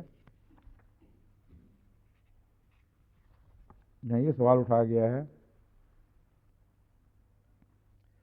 وَإِن تَكُ حَسَنَةً يُضَاعِفْهَا، سوال پیدا ہوتا ہے کہ جب یضاعف فرمایا تو ملدنہ کے کیا معنی ہوئے؟ اگر ملدنہ میں یضاعف آ جاتا ہے تو پہلے یضاعف الگ کیوں فرمایا؟ اس کی وجہ یہ ہے کہ ایک انعام وہ ہوتا ہے جو ایسی طرز پر ہوتا ہے کہ وہ عمل کے بدلے میں ملتا ہے، اس کے لیے قرآن کریم کے محاورہ میں یضاعف آتا ہے، اور ایک انعام اس کے علاوہ ہوتا ہے، اس کے لیے ملدن ہوتا ہے۔ مثلا نماز پڑھنے پر ایک وہ انعام ملتا ہے جو اس کا نتیجہ ہے، یعنی اس کا روحانی نتیجہ، اور ایک وہ انعام ملتا ہے جو اور ایک روحانی انعام ملتا ہے، ایک وہ انعام ملتا ہے جو اس کا نتیجہ ہوتا ہے، یعنی اس کا روحانی نتیجہ نکلتا ہے، اور روحانی انعام ملتا ہے اس کو مضاعف کہتے ہیں۔ اگر اس کے نتیجہ میں علاوہ روحانیت کے جسمانی انعام بھی ہو تو وہ ملدن ہو کہلائے گا۔ جہاں تک میری ذاتی تشریح کا تعلق ہے، جس کو میں سمجھتا ہوں اور میں بیان بھی کر چکا ہوں کہ وہی دراصل مراد ہے۔ اکثر جگہ میں نے تفسیری نوٹ اس لیے نہیں پڑھے کہ وہ جامعات میں رائج ہیں اور اویلیبل ہیں، اور اگر وہ شروع کر دیے جائیں تو بہت سا حصہ ہمارے وقت کا اسی پر خرچ ہو جائے گا، اس لیے میں نے وہ حوالے دے دیے ہیں، وہ پڑھے نہیں تفصیل سے۔ یہاں اس لیے پڑھنا ضروری سمجھا کہ میں جو بات کہہ رہا ہوں وہ یہ نہیں بلکہ اس کے علاوہ کچھ اور ہے۔ اس لیے علماء اب مجھے یہ نہ لکھیں کہ آپ نے حضرت مسلم موعود کی تفسیر سے الگ کوئی تفسیر کی ہے۔ میں جانتا ہوں کہ بعض معاملات میں حق ہوتا ہے انسان کا تفسیری اختلاف کا، اور یہ بھی ان معاملات سے تعلق رکھنے والا مضمون ہے۔ بس میں اپنی اس تفسیر پر قائم ہوں، اس علم کے باوجود کہ حضرت مسلم موعود نے دوسری تشریح فرمائی ہے کہ ملدنہ کا مضمون جزا کو لامتناہی کرنے کے لیے ہے، جبکہ اس سے پہلے اس کی جزا کا مضمون اسی آیت میں بیان ہو بھی چکا ہے۔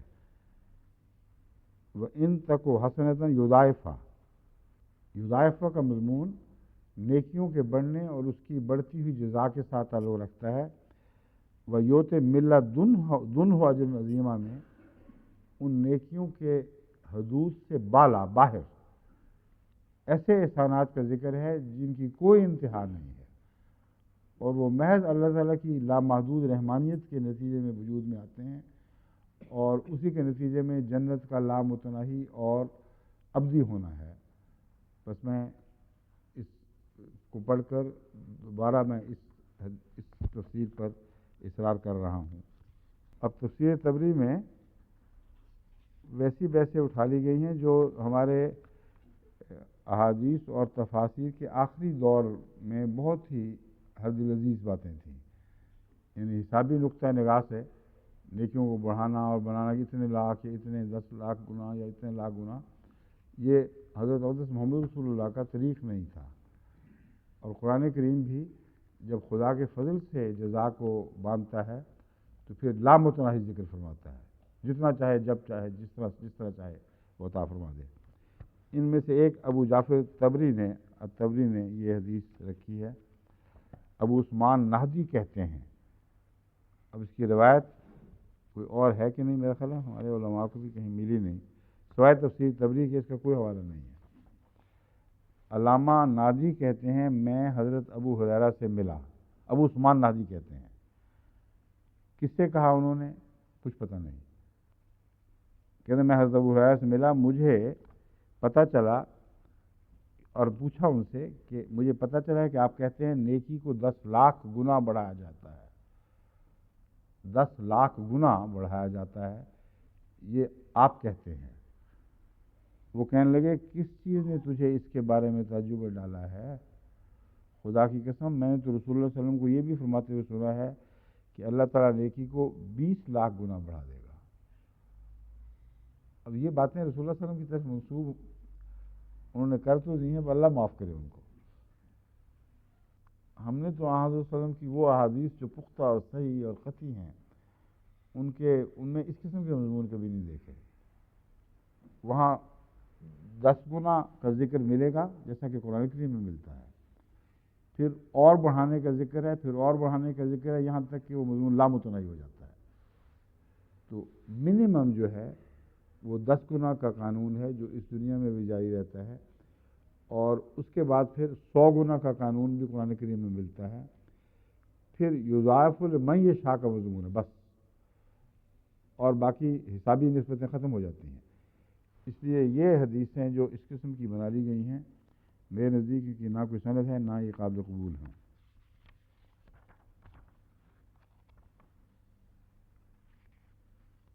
امام راضی نے من لدنہ کا یہ نقطہ بیان کیا ہے.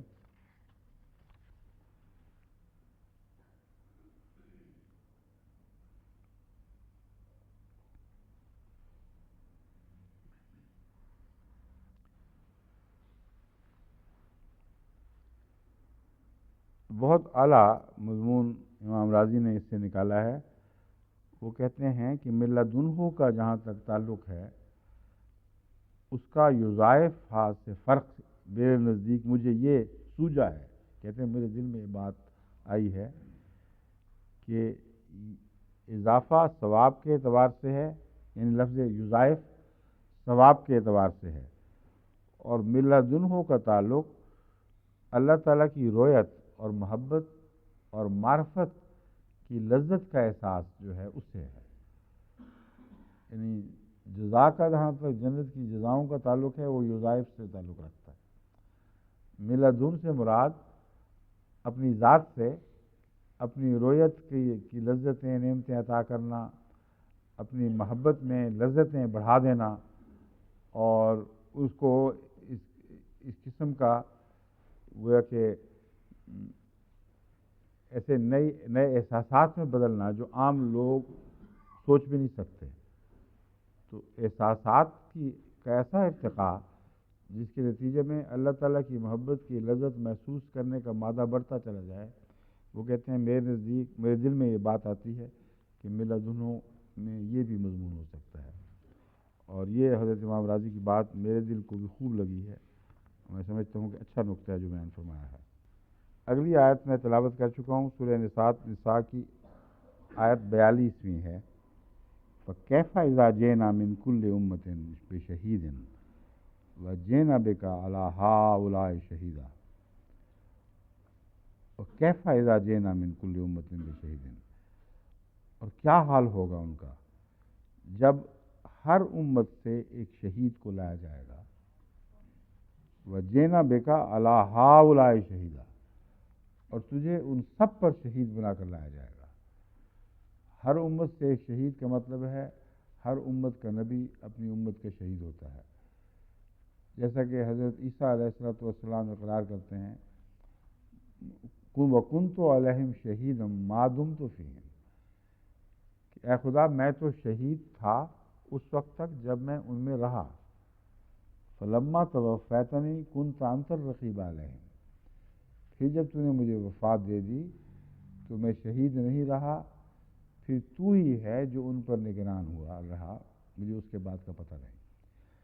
بس لفظ شہید ہر نبی کے لیے استعمال ہوا ہے، لیکن اس آیت سے پتہ چلتا ہے کہ شہید ان معنوں میں ہے کہ میں تعلیمات کی نگرانی کرتا رہا. ما قلت لهم الا ما امرتنی به، میں نے کچھ نہیں کہا ان کو سوائے اس کے جس کا تو نے مجھے حکم دیا تھا. تو شہادت کا اگر یہ معنی لیا جائے جو قرآن کریم سے قطعی طور پر ثابت ہے تو کسی قسم کا کوئی اشکال نہیں پیدا ہوتا. اگر شہادت کے معنی لفظی لے لیے جائیں تو پھر نہ صرف یہ کہ اشکال پیدا ہوتا ہے بلکہ مضمون کو پھر بعض مفسرین اتنا بگاڑ دیتے ہیں کہ اس میں ذرہ بھر بھی عقل کا کوئی کچھ باقی نہیں چھوڑتی. یعنی حد سے زیادہ فرضی قصے کہانیوں سے تعلق رکھنے والا مضمون، اس لیے کہ لغوی معنی کے ایک پہلو پر نظر رکھی اور پھر آگے اس سے بات بگاڑتے چلے گئے، جبکہ قرآن کریم کی دوسری آیات اسی مضمون پر روشنی ڈالنے والی موجود ہیں اور وہ گواہی دے رہی ہیں. اور اسی طرح حضرت صلی اللہ علیہ وآلہ وسلم کی بھی وہی گواہی موجود ہے. جیسا کہ ایک تو اس جگہ بھی ایک روایت کٹھی کی گئی ہے، مگر میرے ذہن میں دوسری روایت ہے جس میں فرمایا گیا ہے کہ حضرت صلی اللہ علیہ وآلہ وسلم حوض کوثر پر ہوں گے، وہ نعمتیں بانٹ رہے ہوں گے گویا جو اللہ تعالیٰ نے آپ کو جاری و ساری عطا فرمائی. تو ایک گروہ جو بظاہر صحابہ کا گروہ ہے اس کو جہنم کی طرف ہانک کے لے جایا جائے گا، اور حضور اکرم صلی اللہ علیہ وآلہ وسلم عرض کریں گے اصحابی اصحابی، اے میرے اللہ یہ میرے صحابہ تھے، میرے صحابہ تھے. اللہ تعالیٰ جواب دے گا کہ جب تو نہیں رہا تو تجھے کیا پتا کہ یہ پیچھے کیا کرتے رہے ہیں. بس شہادت کا مضمون دونوں جگہ زندگی تک اطلاق پاتا ہے اور زندگی سے باہر نہیں، اور یہ مضمون ہر شخص واحد کے عمل کی نگرانی سے تعلق نہیں رکھتا، کیونکہ حضرت صلی اللہ علیہ وآلہ وسلم کی زندگی میں بھی کثرت سے منافقین موجود تھے، بنتے رہے، اصلاح بھی ہوتی رہی، بعض بد نصیب بغیر اصلاح کے مر گئے. تو کبھی بھی کسی قوم کے نبی کو اپنی امت کے ہر فرد بشر پر داروغہ نہیں بنایا گیا، اور شہادت کا ہر وہ مضمون جو داروغی سے تعلق رکھتا ہے وہ غلط اور جھوٹا ہے اس موقع پر. اور دوسرا، شہادت کا ہرگز یہ مطلب نہیں اسی پہلو سے کہ وہ جانچ رہا ہے ہر شخص کے حالات اور اعمال کو، اور قیامت کے دن وہ بدی کرنے والا انکار کرے گا میں نے تو نہیں کی، تو ہر ایسے موقع پر رسول آئے گا جنہیں اللہ تعالیٰ جھوٹ بول رہا ہے، میں نے دیکھا خود وہاں میں موجود تھا. تو اس نے ایک ایسے فرضی قصے کو جب جگہ دے دی ہے کہ جو جنوں بھوتوں پریوں کی کہانیوں میں بھی عجیب لگتا ہے، اور سوائے اس کے اس کی سمجھ نہیں آ سکتی کہ ہر نبی کو پھر اللہ کا شریک ٹھہرایا جائے اور حاضر ناظر اس طرح مانا جائے جس طرح خدا تعالیٰ حاضر ناظر جانے. اگر وہ حاضر ناظر ہے تو پھر مرنے کے بعد تو بہرحال اس کا حاضر ناظر جو ہے غیوب میں تبدیل ہو جائے گا. چنانچہ رسول اللہ علیہ وسلم کو خدا تعالیٰ کا یہ کہنا کہ پھر تیرے بعد جو بنا اس کا کیا ہوگا، یہ چیزیں میں عمومی آپ کو سمجھا دیتا ہوں کیونکہ آگے پھر عجیب و غریب تفسیریں آنے والی ہے. ان سے اچھی طرح وہ آپ ہو جائیں ہتھیار بند تاکہ وقتی طور پر بھی غلط اثر قبول نہ کر لیں. شہیدن، الشہید و الشاہد، اصل بنیادی معنی عقب الموارد کے نزدیک شہید ایسے گواہ کو کہتے ہیں جو اپنی گواہی میں سچ بولنے والا ہے.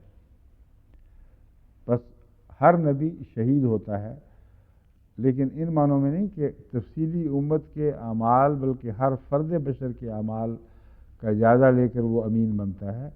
وہ امین ہے تعلیم کے لحاظ سے، تعلیم کی حفاظت کرتا ہے اور اپنی زندگی میں تعلیم میں کجی نہیں ہونے دیتا، اور جب ہوتی ہے اس کے سامنے آتی ہے بلکہ لائی جاتی ہے، براہ راست اس کو علم نہیں ہوتا، تب وہ اس کی پکڑ کرتا ہے. اب حضرت موسیٰ بھی شہید تھے کہ نہیں تھے؟ شہید تھے، مگر جب تک واپس نہیں گئے اللہ تعالیٰ کے ارشاد پر آپ کو پتہ نہیں تھا کہ پیچھے سامری کیا کر بیٹھا ہے، اور جب واپس گئے ہیں تو گواہیاں لیں، پھر پتہ چلا کہ سامری کیا کر بیٹھا ہے. بس شہید کا یہ معنی لینا نعوذ باللہ من ذالک کہ تعلیم کے لحاظ سے بھی وہ عالم الغیب ہو جاتا ہے، اور جہاں تعلیم میں رکھنا پڑا اس کے علم میں آ جاتا ہے. یہ قرآن اس بات کو جھٹلا رہا ہے. ٹھیک ہے. الشہید و الشاہد الامین فی شہادت ہی، شاہد گواہ وہ جو اپنی شہادت میں امانت رکھتا ہے. الذی لا یغیب عن علمہ شیء، اور ایک معنی اس کا ہے وہ ذات جس کے علم سے کوئی چیز بھی باہر نہ ہو. یہ معنی صرف اللہ تعالیٰ پر اطلاق پاتا ہے اور کسی پر اطلاق نہیں پاتا.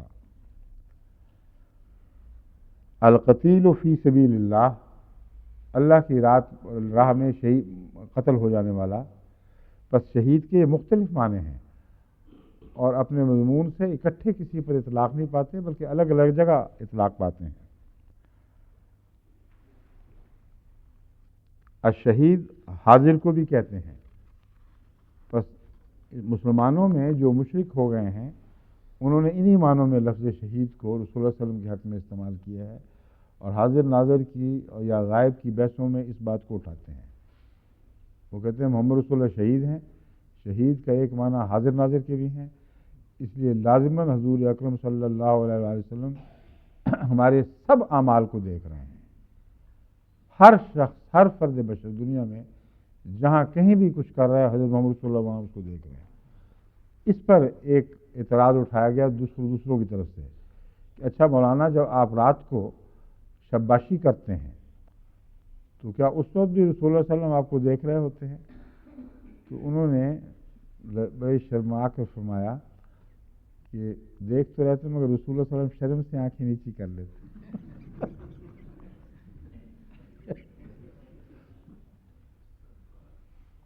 وہ غیب جو ہے وہ اختیاری غیب ہے. حضور کو بڑی شرم آتی ہے کیا دیکھ رہا ہوا ہے تو آنکھیں نیچی کر لیتے. یہ ہے جب ایک دفعہ بہک جاؤ، ایک قدم غلط اٹھا لو تو پھر کیا سے کیا ہو جاتا ہے. عقل کے عالم پر آفت ٹوٹ پڑتی ہے. کچھ بھی عقل کی بات باقی نہیں چھوڑتے یہ لوگ.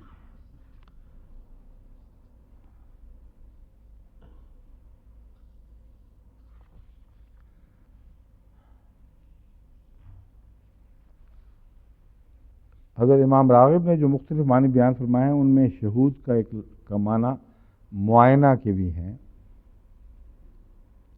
اما الشہید فقط یقال للشاہد والمشاہد للشیء، ایک ایسے شخص کے لیے بھی استعمال کیا جاتا ہے جو کسی چیز کا معائنہ کرتا ہو. وقولہ سابق و شہید، یہ اسی معنی میں استعمال ہوا ہے، یعنی اس کے ساتھ ایسے گواہ لگے ہوئے ہیں جو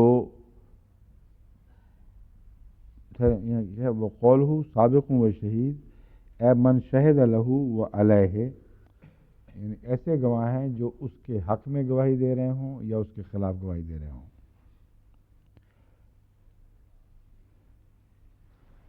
فکیف اذا جینا من کل امت بشہید وجینا بک علی ہؤلاء شہیدا. اس آیت کا ذکر تو کرتے ہیں، اس کی تفسیر نہیں فرماتے امام راغب. لیکن ایک حدیث جو ترمذی سے لی گئی ہے اور جس پر تمام علماء کو اتفاق ہے کہ یہ مضمون کے لحاظ سے، روایت کے لحاظ سے درست ہے، وہ یہ ہے. حضرت عبداللہ بن مسعود بیان کرتے ہیں کہ حضرت صلی اللہ علیہ وسلم نے مجھے فرمایا کہ مجھے قرآن پڑھ کر سناؤ. میں نے عرض کی کیا میں آپ کو قرآن پڑھ کر سناؤں جن پر قرآن نازل ہوا ہے؟ فرمانے لگے ہاں، میں کسی اور سے قرآن مجید سننا چاہتا ہوں. اس پر میں نے سورہ النساء کی آیت پڑھی شروع کی. کہتے ہیں جب میں اس آیت پہ پہنچا جینا بک علی ہؤلاء شہیدا، تمام نبیوں کو میں شہید کر کے لاؤں گا اور تمہیں ان سب پر شہید بناؤں گا. کہتے ہیں میری نظر پڑی تو حضور کی آنکھوں سے آنسوں کی جھڑیاں لگی ہوئی تھیں، روتے روتے ہچکی بند گئی. اس پر یہ کہتے ہیں پھر میں ٹھہر گیا کیونکہ مجھ میں طاقت نہیں تھی کہ اس نظارے کو دیکھوں. فبکا حتی اضطرب، ایک روایت میں ہے فبکا حتی اضطرب لحیاہ و جفناہ وقال یا رب ھذا شہدت علی من انا بین ظہریہ فکیف بمن لم ارہ. یعنی یہ روایت جو ہے یہ اس مستند مسلمہ روایت کا حصہ نہیں ہے جس کو میں نے ترمذی کے حوالے سے پڑھی ہے.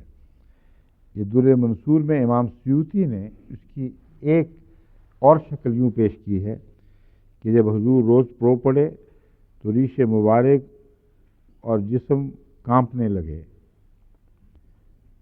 فرمانے لگے اے میرے رب، جو میرے سامنے موجود ہیں ان کی گواہی تو میں دوں گا، لیکن ان کی گواہی کس طرح دے سکتا ہوں جنہیں میں نے دیکھا تک نہیں۔ یہ بات چونکہ اس مستند حدیث میں نہیں ہے، اس لیے ہرگز بعید نہیں کہ کسی بات کے راوی نے تشریح کے طور پر اپنی طرف سے بیان کی ہو، لیکن حدیث کے لفظوں میں نہیں ہے۔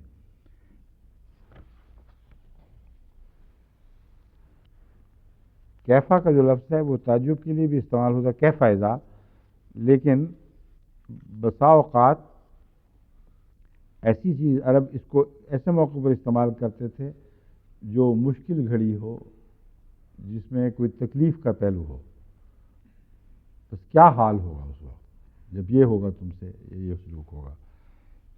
تو یہاں اگر ہم اس مضمون میں کیفا اذا کا جو مروجہ معنی لیں تو وہ انبیاء اور حضرت صلی اللہ علیہ وآلہ وسلم کے تعلق میں ہرگز قابل قبول نہیں رہتا۔ چنانچہ لکھا ہوا ہے اہل عرب کی عادت ہے کہ آئندہ ہونے والی متوقع چیز کے بارے میں کہتے ہیں کیفا بکا اذا کان کذا و کذا و اذا فعل فلان کذا و اذا جاء وقت و کذا، تیرا کیا حال ہوگا جب یہ واقعہ پیش آئے گا، جب فلاں شخص یہ فعل کرے گا، جب فلاں وقت آئے گا۔ اس کلام سے مراد یہ ہے کہ قیامت کے روز تم کیسے دیکھ سکو گے، کیونکہ وہ گھڑی، یعنی مطلب یہ ہے کہ وہ گھڑی کڑی ہوگی۔ تو یہ ڈراوے والی آیت ان معنوں میں تو ہرگز نہیں ہے کہ محمد صلی اللہ علیہ وسلم کو ڈرایا جا رہا ہو جب قیامت کے دن تجھے گواہ کے طور پر پیش کرے گا تو تیرا کیا حال ہوگا۔ ہرگز یہ مراد نہیں، مراد یہ ہے کہ لوگوں کا کیا حال ہوگا جب یہ گواہیاں لی جا رہی ہوں گی اور انبیاء اپنی اپنی امت پر گواہ بن کے آئیں گے تو ان کا کیا حال ہوگا۔ اب سوال یہ ہے کہ اگر میں اس معنی کو رد کرتا ہوں کہ موقع پر ہر شخص کی نگرانی مراد ہے اور اس کا جواب ہے، تو پھر یہ قصہ کیا ہے، قیامت کے دن کیسے گواہ بنیں گے؟ وہ صرف تعلیم کے نقطہ نگاہ سے گواہ بنیں گے اور ابلاغ کے نقطہ نگاہ سے گواہ بنیں گے۔ انہوں نے جو کچھ خدا نے ان سے فرمایا قوم تک پہنچا دیا یا نہیں پہنچایا، یہ وہ گواہی ہے جو دراصل یہاں مراد ہے۔ اور حضرت اقدس محمد رسول اللہ صلی اللہ علیہ وآلہ وسلم کا حجۃ الوداع کا خطاب 100% اس تشریح کی تائید کرتا ہے۔ آپ نے کھڑے ہو کر ساری قوم کو مخاطب کر کے فرمایا بتاؤ جو خدا نے مجھے کہا تھا میں تم تک پہنچا دیا ہے کہ نہیں؟ لاکھوں نے جواب دیا ہاں یا رسول اللہ، آپ نے پہنچا دیا ہے۔ پھر آسمان کو گواہ کیا، پھر زمین کو گواہ کیا، خدا کو گواہ ٹھہرایا، دیکھ جو کچھ میرے ذمہ تھا میں نے ادا کر دیا۔ بس ابلاغ کا تعلق ہے جہاں تک، وہاں تک رسول شہید ہوتا ہے، اور ہرگز یہ معنی نہیں کہ ہر شخص کے اعمال کی تفصیل میں اس سے پوچھا جائے گا یا گواہی لی جائے گی۔ پر حضرت عیسیٰ علیہ الصلوۃ والسلام کا قول جو میں نے آپ کے سامنے پیش کیا قرآن کے حوالے سے، وہ اس بات کو خوب کھول رہا ہے، اور خدا تعالیٰ نے ہرگز یہ نہیں فرمایا کہ تو تفصیلی اعمال کی نگرانی کے معاملے میں جواب دہ ہے۔ انہوں نے یہ جواب دیا اس حد تک میں جواب دہ ہوں، میں نے نہیں کہا الا ما امرتنی، جو تو نے مجھے کہا اس کے سوا میں نے کوئی چیز نہیں کہی۔